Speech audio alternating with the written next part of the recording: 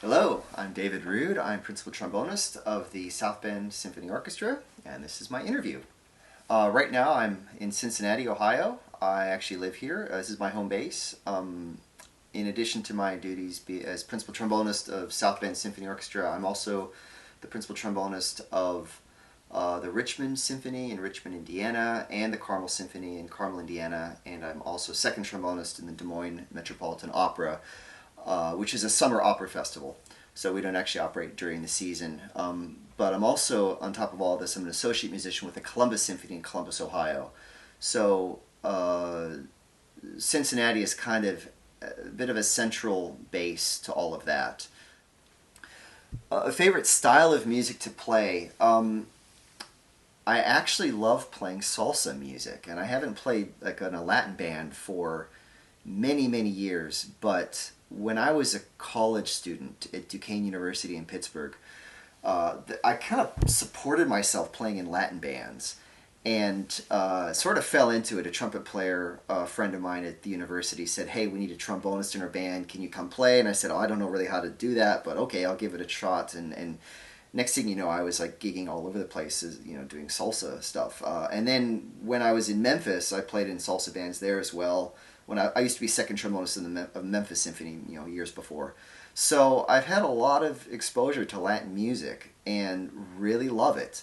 There are many layers to Latin music. You have it's very rhythmically complex, and it's this best way I can explain is kind of like a circular sort of concept in the rhythm. So and many times you have like the multiple layers of the rhythm section overlapping on themselves, and then one horn line and another horn line and the vocals over top. So it's a music of just many, many layers, and it's really, really a lot of energy and a lot of fun to play. So, my favorite music making memory, and this is not really a one specific memory that I could pinpoint it down to. It's more of a general time period. In the summer of 2007, I had just finished my 5th year with the Memphis Symphony, but I was very interested in life in Europe. I had been accepted to do a postgraduate diploma at the Royal Academy of Music in London, and I had taken a year off from the Memphis Symphony to go over to the UK to study.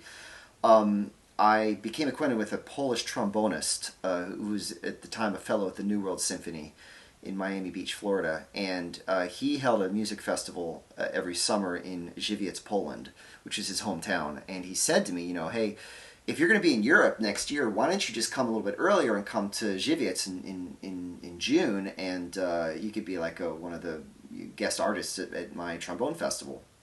So and then at the same time, I also got accepted to the Ames Festival in Graz, Austria, which is also a summer kind of opera orchestra program. It's really meant to be a training program for singers, but they have an orchestra there, and so you play about, I think it's about 5-week festival, and so I had auditioned for a position there, and they had offered me that the season that summer.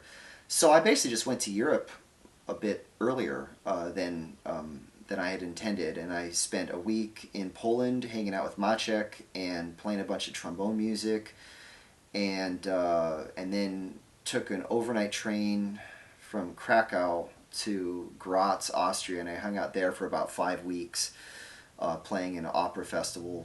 I remember playing in Graz, Austria, playing when they opened the festival, they had this it was like a castle out in the countryside that was like a big sort of circular shaped castle, and all the singers who were participating in the festival were there, and it was a big sort of gala event. And the orchestra brass section made these.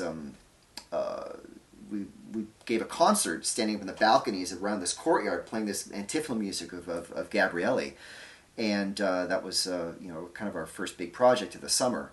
And it was a very special brass section. We really got along really well, and it was one of the few times where just to kind of the planets aligned, and you had all these people who really had the same basic sound concept and musical style concept and all that stuff, and we basically had this really connected experience of making this really great music, and everyone was commenting about how it was really, really a fantastic experience. And so I kept saying to the bunch of the players in the brass section, hey, we should record this stuff.